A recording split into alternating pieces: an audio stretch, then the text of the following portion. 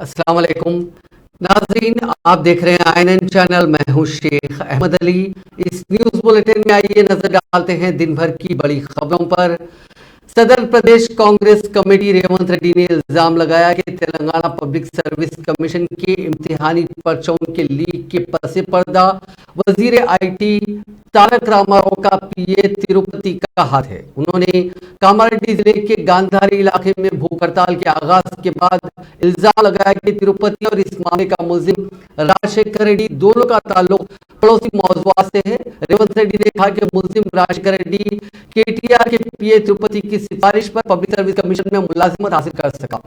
ये इल्जाम लगाते हुए कि केटीआर के पीए के करीबी साथी और मुलजिम राजशेखर के इम्तिहान में सबको ग्रुप 1 से ज्यादा निशानात हासिल हुए। उन्होंने हुकूमत से मुतालबा किया कि हर उस उम्मीदवार की तफसीलात का इंकशाफ किया जाए जिसने 100 से ज्यादा निशानात हासिल किए। ये सवाल करते हुए कि वजीर आईटी ये किस तरह कह सकते हैं कि सिर्फ 2 अफराधी पेपर के लीक के मामले में मुलविस है। रेवंत रेड्डी ने मुतालबा किया कि पब्लिक सर्विस कमीशन में सेक्शन ऑफिसर शंकर लक्ष्मी के रोल के बारे में बताया जाए। इस एहतजाजी धरने से साबिक वजीर मोहम्मद अली शबीर ने भी खिताब किया।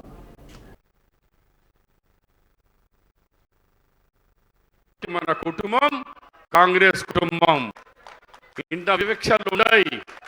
ఈ కాంగ్రెస్ మిత్రులారా ఈ రోజు మళ్ళా ఈ గడ్డ మీద కాంగ్రెస్ పార్టీ జెండా తీసుకురావాలా। గతంలో కూడా మీరు తీసుకొచ్చినారు। యావత్ తెలంగాణలో మనకు గెలిచిన 1921 మందిలో హైయెస్ట్ మెజారిటీ ఇచ్చిన ఘనత ఎల్లారెడ్డి ప్రజలకు ఉన్నారు। నేను చేతులు జోడి ఎల్లారెడ్డి ప్రజలకు నేను ధన్యవాదాలు చెప్తున్నాను। అట్లనే నేను అప్పలేదు కూడా అడుగుతున్నాను। మనం ఎవరు మంచోడు అనుకుని ఆ సురేందర్ పెద్దలు జానారెడ్డి ఇంటికి వచ్చి వాళ్ళకి దండం పెట్టి కడుపు తలకాయ పెట్టి ఇవాళ తెలంగాణ రాష్ట్రం రావడానికి కాంగ్రెస్ పార్టీ నాయకత్వం వహించాలని జానారెడ్డి గారి దగ్గరికి పోయి లొంగిపోయిన మాట వాస్తవం కాదా? మీడియా మిత్రులు నేను అడుగుతున్న చరిత్రను తిరగండి। ఆనాడు పెద్దలు జానారెడ్డి గారు జీవన్ రెడ్డి గారితో, షబీర్ అలీ గారితో, సుదర్శన్ రెడ్డి గారితో, లేకపోతే చిన్నారెడ్డి గారితో, మా తెలంగాణ బిడ్డలైన సిరిసిల్ల రాజేతో, సురేష్ శెట్టార్తో, అంజన్ కుమార్ యాదవ్తో, మధు యాస్కితో, పొన్నం ప్రభాకర్తో, బలరాం నాయక్తో, వివేక్ వెంకటస్వామితో జానారెడ్డి గారు చర్చించి జానారెడ్డి గారు వ్యూహాత్మకంగా వ్యూహాన్ని పన్ని చేసి పెట్టించండి। జేఏసీకి కేసీఆర్ గారు చైర్మన్ మిత్రులారా। हैदराबाद डीसीसी के सदर समीर वलीउल्लाह की क़यादत में सैकड़ों कांग्रेस कारकुनों ने इतवार को गांधी भवन में एहतजाजी मुजाहरा किया और टीएसपीएससी पेपर लीक के जिम्मेदारों के खिलाफ सख्त कार्रवाई का मुतालबा किया। उन्होंने चीफ मिनिस्टर चंद्रशेखर राव का पुतला भी नजर आतिश किया और बीआरएस हुकूमत के खिलाफ नारे लगाए। इस मौके पर मीडिया के नुमाइंदों से बात करते हुए समीर वलीउल्लाह ने कहा कि Telangana state public service commission का पेपर लीक होने और 3 इम्तिहानात की मंसूखी ने हजारों उम्मीदवारों के ख्वाब चकनाचूर कर दिए हैं।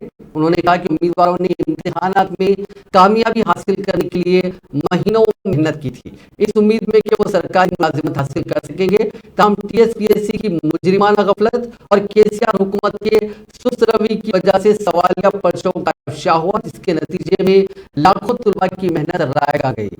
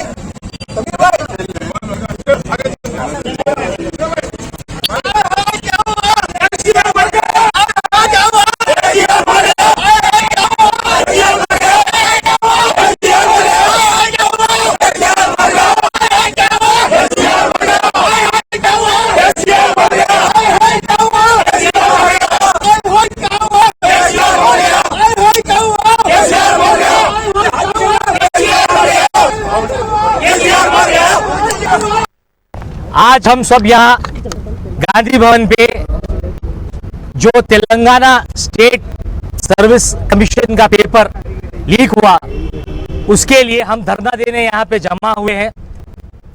आज केसीआर, केटीआर और कविता, हरीश राव, ये पूरा खानदान मिलके आज तेलंगाना स्टेट को लूट लिया।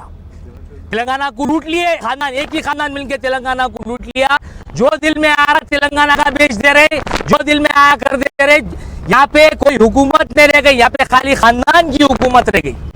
जॉब्स देते बोल के पूरों को परेशान करे। आज लोग भूखे मर रहे, आज काम नहीं है, कारोबार नहीं है, बच्चों को नौकरी नहीं है। बच्चे आज नौकरियों के एप्लीकेशन लेके परेशान फिर रहे। यहाँ पे कोई नौकरी नहीं है, खाली एक ही लोग, खाली ये हुकूमत में तेलंगाना में खाली केसीआर का खानदान खुश है, बाकी कोई खुश नहीं है। हम डिमांड कर रहे, कांग्रेस पार्टी की तरफ से ये डिमांड है, ये जो तेलंगाना स्टेट कमीशन का पेपर लीक हुआ है इस पे जुडिशियल इंक्वायरी होना और केसीआर, केटीआर इस पे रिजाइन करना। हमारे बच्चों को नौकरी चाहिए। हम कांग्रेस वाले जब तक लड़ेंगे, जब तक हर बच्चे को, हैदराबाद के, तेलंगाना के हर बच्चे को नौकरी नहीं मिल जाएंगी, जब तक हम आंदोलन करेंगे, लड़ेंगे। केसीआर, केसीआर रिजाइन करो, केटीआर रिजाइन करो, जुडिशियल इंक्वायरी करो। तेलंगाना कांग्रेस लेजिस्लेटिव पार्टी के लीडर भट्टी विक्रमार्का ने बीआरएस हुकूमत पर इल्जाम लगाया कि वो आदिवासियों और कबायलियों को जंगली वसाइल पर उनके हक से महरूम कर रही है और उनके साथ गैर मुल्की हुकूमत की तरह बर्ताव कर रही है। भट्टी विक्रमार्का ने यह तबसरा हाथ से हाथ जोड़ो यात्रा पीपुल्स मार्च के हिस्से के तौर पर खानापुर हल्के के पुलीमुडुगु और दीगर इलाकों में मकामी देहातियों के साथ बातचीत के बाद किया। उनकी यात्रा इतवार के रोज चौथे रोज में दाखिल हो गई। उन्होंने इतवार की सुबह इंद्रवैली से अपनी पदयात्रा शुरू की और पुलुमुडुगु गांव में उनका पुरतपाक रिवायती इस्तकबाल किया गया। गांव की खवातीन ने उन्हें अपने मसाइल से आगाह किया। गांव वालों ने इस बात पर रोशनी डाली कि उन्हें घर, पेंशन, नौकरी या बाथरूम तक नहीं मिला। उन्हें किसी भी फलाही स्कीम का कोई फायदा नहीं मिला। उन्होंने ये भी बताया कि अहलकारों की तरफ से रिश्वत मांगने की वजह से उन्हें जंगल से मिट्टी और लकड़ियां लाने में मुश्किलात का सामना है। भट्टी विक्रमार्का ने गांव वालों को यकीन दिला कि कांग्रेस पार्टी जल्द इख्तिदार में आएगी और वो कबायलियों और आदिवासियों को दरपेश तमाम मसाइल को हल करेगी।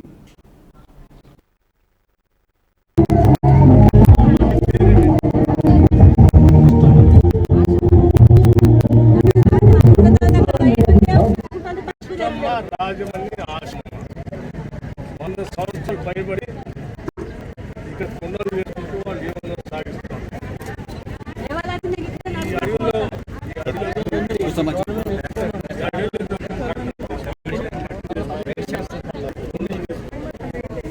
అదే వాళ్ళ జీవనం ఏ ఆధారం కూడా దాన్ని 3-4 నుంచి టీఆర్ఎస్ ప్రభుత్వం తెచ్చుకోనిలే, కట్టలు తెచ్చుకోనిలే. మేము ధర్నాలు చేసుకునేది ఎట్లా, బతికేది ఎట్లా, కూడా లేదని చెప్తాను. నేను बीजेपी के रियासती सरबराह बंडी संजय ने इल्जाम लगाया कि टीएसपीएससी के पर्चे को दफ्तर चीफ मिनिस्टर की हिदायत पर लीक किया गया। बीजेपी एससी मोर्चा का इजलास नामपल्ली में वाक़ पार्टी के दफ्तर में मुनक्किद किया गया। बंडी संजय ने पार्टी परचम लहराकर इजलास का आगाज किया। उन्होंने इस मौके पर कहा कि उनकी जद्दोजहद उस वक्त तक नहीं रुकेगी जब तक का टीएसपीएससी पेपर लीक मामले में वजीर तारक रामाराव को बरतरफ नहीं किया जाता। उन्होंने कहा कि इस मसले पर 20 मार्च को तमाम असेंबली हलकों में सुबह 10 बजे से दोपहर 1 बजे तक एहतजाज किया जाएगा। उन्होंने केटीआर को बर्खास्त किए जाने का मुतालबा किया और कहा कि हर बेरोजगारों में से हर एक को 1-1 लाख रुपए मुआवजा अदा किया जाए और पेपर लीक के केस की बरसर खिदमत जज के जरिए तहकीकात करवाई जाए। तेलंगाना में बीआरएस की नाकामी के नए नए मुजाहिर मंजरे आम पर आते जा रहे हैं। इस तरह कहा जा सकता है कि बीआरएस के लिए साल 2023 कोई आसान सफर नहीं होगा।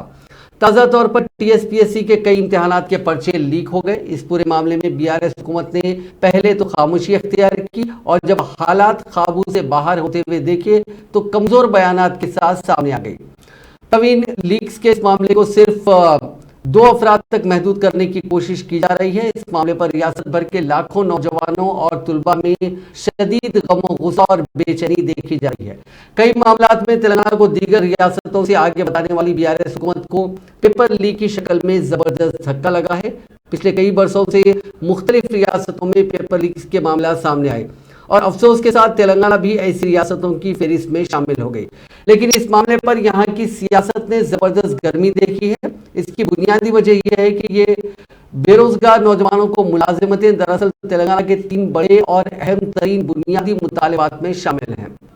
बात निकली है तो अब काफी दूर तक जा चुकी है। एसआईटी के जरिए इस मामले की जांच की जा रही है। प्रवीण, राजशेखर, रेणुका के अलावा दीगर कई अफराद को गिरफ्तार करके उनसे पूछताछ की जा रही है।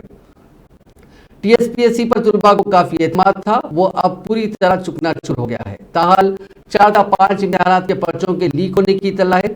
एसआईटी इस बात की भी तहकीक कर रही है कि क्या और भी इम्तिहानात के पर्चे लीक हुए हैं। बात ग्रुप 1 तक पहुंच चुकी है जो पिछले साल अक्टूबर में मुनक्किद हुए थे। हो सकता है मुलजिमीन ने और भी इम्तिहानात के पर्चे लीक किए हों। इस बड़े पैमाने पर लीक किए जाने का तेलंगाना में पहली बार ऐसा मामला सामने आया। साथ ही हुकूमत की जानिब से नौजवानों की हिमायत हासिल करने की तमाम कोशिशें एक साथ ज़मींबोस हो गई। बीआरएस इस मसले को एक आम मसला बताने की कोशिश कर रही है, लेकिन अंदर ही अंदर पार्टी और हुकूमत के लिए जबरदस्त क्राइसिस बना हुआ है। इसका असर सीधे सीधे इंतखाबी नताइज पर हो सकता है। इस सारे मामले में बल्दी मिनिस्टर तिरुपति का नाम सामने जोर शोर से लिया जा रहा है। ये वजीर केटीआर का पीए है। याद रहे कि तिरुपति इस दौरान एक केटीआर का इमेज एक शैडो माफ कीजिएगा, तिरुपति अपने आप को एक शैडो मिनिस्टर के तौर पर ये उभरने वाला नाम है। तिरुपति हुकूमत के कई अहम फैसलों में केटीआर का सलाहकार रहा है। कई मिनिस्टर्स और एमएलए भी तिरुपति के जरिए ही काम करवाते हैं और पेपर लीक के मामले में भी तिरुपति का नाम लिया गया है। तिरुपति के गांव जगतियाल से ही कई उम्मीदवारों के ग्रुप 1 में मुंतखब होने की बात सामने आई। ये भी एक हैरत की बात है कि एक गैर सरकारी आदमी किस तरह तमाम सरकारी प्रोग्राम्स में एक मिनिस्टर के साथ होता है और किस तरह अमल दखल कर सकता है। वैसे तो बीआरएस के लिए एक सियासी बोहरान जरूर है, लेकिन साथ ही कई उम्मीदों और तमन्नाओं के साथ ग्रुप्स और दीगर कॉम्पिटिटिव एग्जाम्स की तैयारी करने वाले नौजवानों के लिए भी ये एक अजीबो गरीब बहरान है। वो ये नहीं समझ पा रहे हैं कि क्या वो इम्तिहान की तैयारी करें या घर वापस जाएं, क्योंकि हजारों तलबा ने इस इम्तिहान के लिए अपनी नौकरियां और दीगर काम छोड़कर तैयारी की थी। लेकिन पेपर लीक मामले ने सारी मेहनत रायगा कर दी। अब दोबारा इम्तिहान की बात की जा रही है, लेकिन नौजवानों में खदशात कम होने का नाम नहीं लेते। देखते हैं कि हुकूमत कब तक नौजवानों का एतमाद हासिल करती है। मरकजी वजीर सयाहत जी किशन रेड्डी ने सिकंदराबाद के स्वप्ना लोक कॉम्प्लेक्स का मुआयना किया, जहां पर आग लगने के वाकये में 6 अफराद की मौत हो गई थी। उन्होंने इस मौके पर मीडिया से बात करते हुए कहा कि इस कॉम्प्लेक्स में आग लगने का वाकया इंतहाई अफसोसनाक है। उन्होंने कहा कि इमारत के मालिकीन की लापरवाही काबिल मजम्मत है। वज़ीर मौसूफ ने इस वाकये की वजूहात के बारे में तफसीलात हासिल की। उन्होंने कहा कि रियासत में इस तरह के वाकयात के नतीजे में गरीब अफराद की जानें ज़ाया हो रही हैं।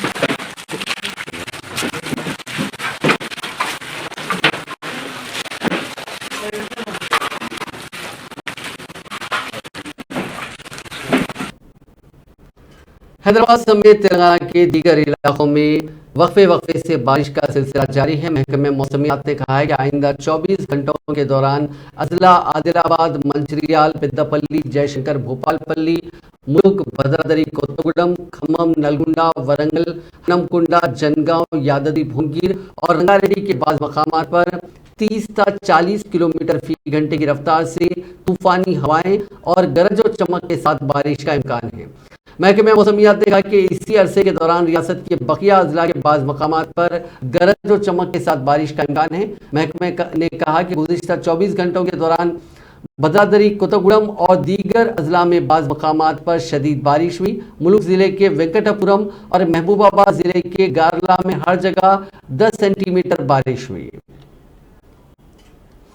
हालिया दिनों के दौरान हुई बेमौसम बारिश के नतीजे में तेलंगाना के अजला में फसलों को नुकसान पहुंचा। मुत्तहिदा निजामाबाद जिले में कटाई के लिए तैयार फसलों को बारिश के सबब नुकसान पहुंचा। जिले के बेरकुरवू, धरपल्ली, इंदलवाई, डिचपल्ली, भीमगल, वर्नी, श्रीकोंडा, निजामाबाद रूरल और दीगर मंडलों में बारिश से फसलों को नुकसान पहुंचा। जिले में 6.5 लाख एकड़ अराजी पर चावल की काश्त की जाती है। बेवक्त बारिश ऐसे वक्त में किसानों को शदीद नुकसान पहुंचा।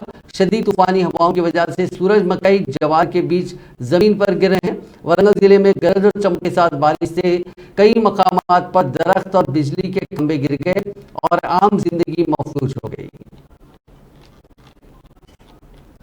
हालिया दिनों के दौरान शदीद बारिश और सालबारी हुई, जिसके नतीजे में फसलों को बड़े पैमाने पर नुकसान पहुंचा। वजीर इंफॉर्मेशन टेक्नोलॉजी KT रामाराव ने राजन्ना सिलसिला जिले के ओहदेदारों को हिदायत दी कि वो फसलों को हुए नुकसान पर रिपोर्ट पेश करें। उन्होंने जिला कलेक्टर अनुराग जयंती से फोन पर बात की और उनसे ख्वाहिश की कि वो फसलों को हुए नुकसान पर उनको रिपोर्ट पेश करें। वजीर मौसूफ ने कहा कि ज़राई महकमे के ओहदेदारों को चाहिए कि वो फसलों का मायना करें और इस बात का पता लगाएं कि बारिश व सालाबारी से कितने एकड़ पर फैली, कितने किस्म की फसलों और कितने किसानों को नुकसान हुए। वज़ीर बकी जगदीश रेड्डी ने कहा कि अगर मुल्क के लिए बीजेपी खतरनाक है तो RSS का नजरिया उससे भी खतरनाक है। उन्होंने आज सूर्यापेट मंडल के रायनीगुड़म गांव में तेलंगाना मुसल्ला जद्दोजहद की तहरीक के जहदकार व साबिक रुकन असेंबली मल्लू स्वराज्या की जयंती तकरीब में शिरकत करते हुए इन ख्यालात का इजहार किया। इस मौके पर खिताब करते हुए मल्लू स्वराज्या ने खवातीन के हकूक के लिए काफ़ी जद्दोजहद की थी। तुगतुर्ती असेंबली हल्के में कांग्रेस पार्टी के कायदी ने अवाम को काफ़ी सताया था। उन्होंने कहा कि उस वक्त मल्लू स्वराज्या ने उनका मुकाबला किया था। आज के नौजवानों को मल्लू स्वराज्या के नक्शे कदम पर चलने की ज़रूरत है। జరుగుతుందంటే యువత బ్రహ్మాండంగా యువత ఉత్సాహంతో కేరింతలు కొట్టే పరిస్థితి ఉంది. ఇది మనమంతా యువకులు ఉన్నట్టు. కానీ వల్ల అది ఈ రాష్ట్రంలో కావచ్చు, భారతదేశంలో ఏ రాష్ట్రంలో కావచ్చు,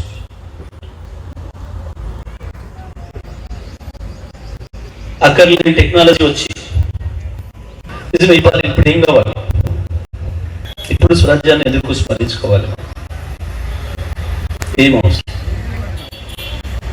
ఆ అవసరం ఉందా లేదా ఇవాళ ఈ సమాజానికి అనేది ఒకసారి ఆలోచించుకోవాలి. ఇంతకుముందు పెద్ద నాగోలు గారు वज़ीर आबकारी श्रीनिवास गौड़ ने कहा है कि तेलंगाना ही वो वाहिद रियासत है जहां गरीब लड़कियों की शादी के लिए माली इमदाद फराहम की जाती है।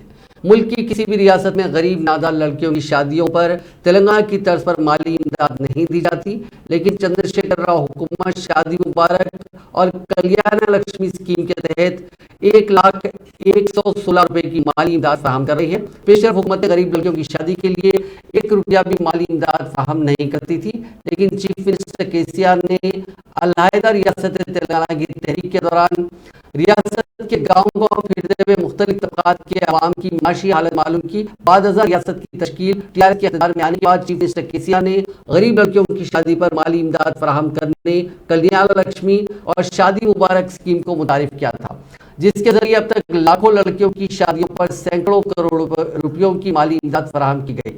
उन्होंने आज महबूबनगर जिले के हुनवाड़ा MPDO ऑफिस में कल्याण लक्ष्मी और शादी मुबारक के 74 इस्तेफादा कुरिंदान में 7,04,08,000 रुपए के चेक हवाले किए।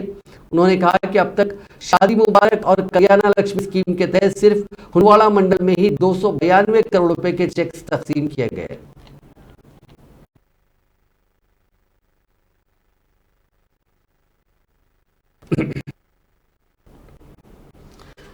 एनफोर्समेंट डायरेक्टरेट ने सुप्रीम कोर्ट के सामने एक कैविएट पिटीशन दाखिल करके अपील की है कि वो भारत राष्ट्र समिति के लीडर के कविता की तरफ से ईडी के जारी करदा समन मुअर्रखा 24 मार्च के खिलाफ दायर अर्जी में जांच एजेंसी का मौक़िफ़ सुने बगैर कोई हुक्म जारी ना करे, जो उन्होंने दिल्ली आबकारी पॉलिसी के केस में पूछगछ और गिरफ्तारी से बचने की दायर की है। तेलंगाना की कानून साज काउंसिल कविता के कि 16 मार्च को ईडी हुकाम के सामने पूछगछ के लिए हाजिर ना होने के बाद एजेंसी ने उनके लिए 20 मार्च को पूछगछ के समन की ताज़ा तारीख तय की, जब उन्हें दिल्ली में जांच एजेंसी के दफ्तर में हाजिर होना है। क्यूएट पिटीशन एक कानूनी दस्तावेज है जो किसी फरीक की तरफ से अदालत को अलर्ट करने के लिए दायर किया जाता है, ताकि अदालत की तरफ से कोई खास कार्रवाई करने या मुखालिफ पार्टी को कोई रिलीफ देने से पहले क्यूएट पिटीशन दायर कुनिंदा के मौक़िफ़ को सुनने का मौका दिया जा सके। बीआरएस के उपने कानून साज कौंसिल कविता दिल्ली रवाना हो गई हैं। बेगमपेट एयरपोर्ट से खुसूसी तैयारी के जरिए वो कौमी दारुल हुकूमत रवाना हुई। उनके साथ वजीर तारक रामाराव और उपने पार्लियामेंट संतोष भी मौजूद थे। दिल्ली शराब मामले में 20 मार्च को शख्सी तौर पर हाजिर होने की ईडी ने उन्हें नोटिस जारी की थी, जिसके पेश नजर इस बात का तजस्सुस पाया जाता है कि आया वो पूछताछ के लिए हाजिर होंगी या फिर खबरजी की तरह अपने वकील को भेजेंगी। ईडी की नोटिस पर कविता सुप्रीम कोर्ट से रुजू हुई थी और खातून को ईडी के दफ्तर तलब करने पर एतराज किया था। बीआरएस के अपने असेंबली बालाराज पर आवाम ने बरहमी का इजहार किया। वो अपने हल्के अचंपेट के एलोवापल्ली के दौरे पर थे। इस मौके पर मकामी अफराद ने उन पर बरहमी का इजहार करते हुए कहा कि उनके इलाके में तरक्याती काम नहीं किए गए। इस तरह बालराजू को अपने ही हल्के में तल्ख तजुर्बे का सामना करना पड़ा। मकामी अफराद ने रुकने असेंबली को रोक दिया। उन मकामी अफराद ने पूछा कि दलित बंधु स्कीम पर इलाके में कब अमल आवरी की जाएगी। मकामी अफराद ने मसाइल की यकसोई का मुतालबा किया।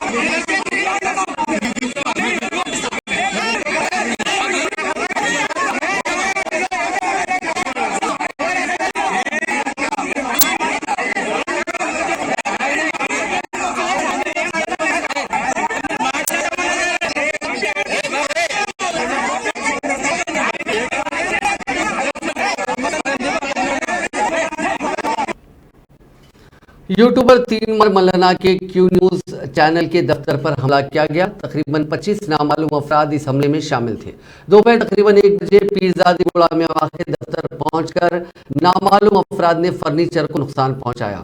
इस वाक़े की शिकायत मिरीपुरी पुलिस से 3 मार्च मल्लाना ने की, जिसके बाद पुलिस क्यू न्यूज के दफ्तर पहुंची और तहकीकात का आगाज कर दिया। बताया जाता है कि मकामी अफराद ने हमलावरों में से एक को पकड़ लिया। 3 मार्च मल्लाना की टीम ने इल्जाम लगाया कि रियासती वज़रा मल्ला रेड्डी, केटीआर के अलावा रुकने कानून साज काउंसिल कविता के हामियों ने यह हमला किया।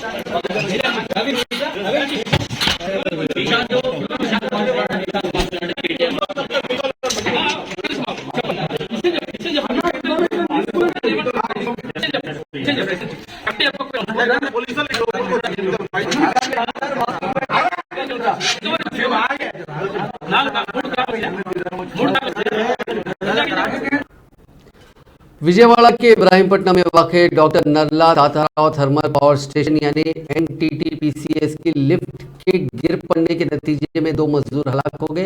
ये वाक़या उस वक्त पेश आया जब लिफ्ट का केबल टूट गया। उस वक्त लिफ्ट में 20 अफराद सवार थे। ओवरलोडिंग के सबब ये लिफ्ट फंस गई थी। दीगर वर्कर्स उससे निकलने में कामयाब रहे, ताहम लिफ्ट का केबल टूट गया, जिसके नतीजे में ये लिफ्ट 70 70 मीटर ऊंचाई से नीचे गिर गई और 2 अफराद शदीद तौर पर जख्मी हो गए। उनको दवाखाना मुंतकिल किया गया, ताहम दोनों को डॉक्टर्स ने मुर्दा करार दिया। महरूकीन की शिनाख्त झारखंड के रहने वाले 23 साल छोटू कुमार सिंह और 24 साल जितेंद्र सिंह के तौर पर की गई। नाशों को पोस्टमार्टम के लिए विजयवाड़ा के सरकारी दवाखाना मुंतकिल किया गया। रिश्तेदार की शादी के मौके पर बारात में रक्स करने के दौरान गिर पड़ने वाली खातून की अस्पताल में मौत हो गई। ये वाकया तेलंगाना के जिले खम्मम अर्बन में पेश आया। इसके रिश्तेदारों ने बताया कि खातून 30 साल रानी अपने रिश्तेदार की शादी की तकरीब के मौके पर अलीपुरम में बारात में रक्स कर रही थी। इसी दौरान अचानक वो गिर पड़ी। उसको इलाज के लिए खम्मम के सरकारी अस्पताल मुंतकिल किया गया, जहाँ उसकी इलाज के दौरान मौत हो गई। और इस चौंका देने वाले वाकये से शादी के घर में शोक छा गया। उसका इलाज करने वाले डॉक्टरों का कहना है कि डीजे की मौसीकी सुनकर उसे ब्रेन स्ट्रोक हुआ। रानी का ताल्लुक रघुनाथ पालम से है। बेटी की शादी से तकरीबन 20 दिन पहले दिल का दौरा पड़ने से बाप की मौत हो गई। ताहम शादी से चंद घंटे पहले होने वाले दूल्हे के बाप की दिल का दौरा पड़ने से मौत हो गई। ये वाकया तेलंगाना के जिले जगतियाल के उत्तम दराजूपल्ली में पेश आया। तफसीलात के मुताबिक राजी रेड्डी जो दुबई में मजदूरी करता था, उनकी बेटी की शादी थी जिसके लिए इंतजाम किए जा रहे थे। शादी से 20 दिन पहले राजी रेड्डी की दिल का दौरा पड़ने से मौत हो गई। इस वाकये के सबब शादी को मुलतवी किया गया और जब दूसरी मरतबा शादी की तकरीब हो रही थी तो ऐन शादी से 2 घंटे पहले होने वाले दूल्हे के बाप की दिल का दौरा पड़ने से मौत हो गई। इस वाकये के सबब गांव में गम की लहर दौड़ गई।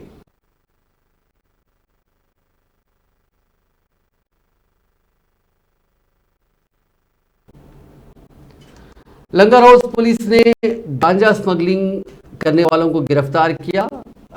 इनके कब्जे से करीब 200 किलो गांजा जब्त किया गया। साथ ही 3 मोबाइल फोन और एक 4 व्हीलर डीसीएम गाड़ी भी इनके कब्जे से जब्त की गई। जब्त शुदा अशिया की कीमत करीब 60 लाख रुपए बताई गई है। यह कार्रवाई हैदराबाद नारकोटिक एनफोर्समेंट विंग और लंगर हाउस पुलिस ने मुश्तरका तौर पर की है।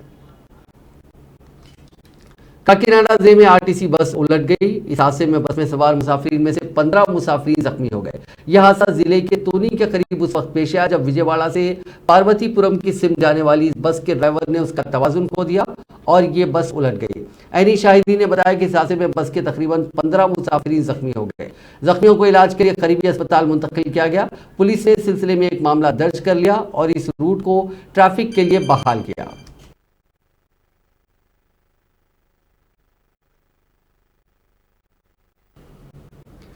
नाजरीन, इस न्यूज बुलेटिन में बस इतना ही। आप देखते रहिए INN चैनल।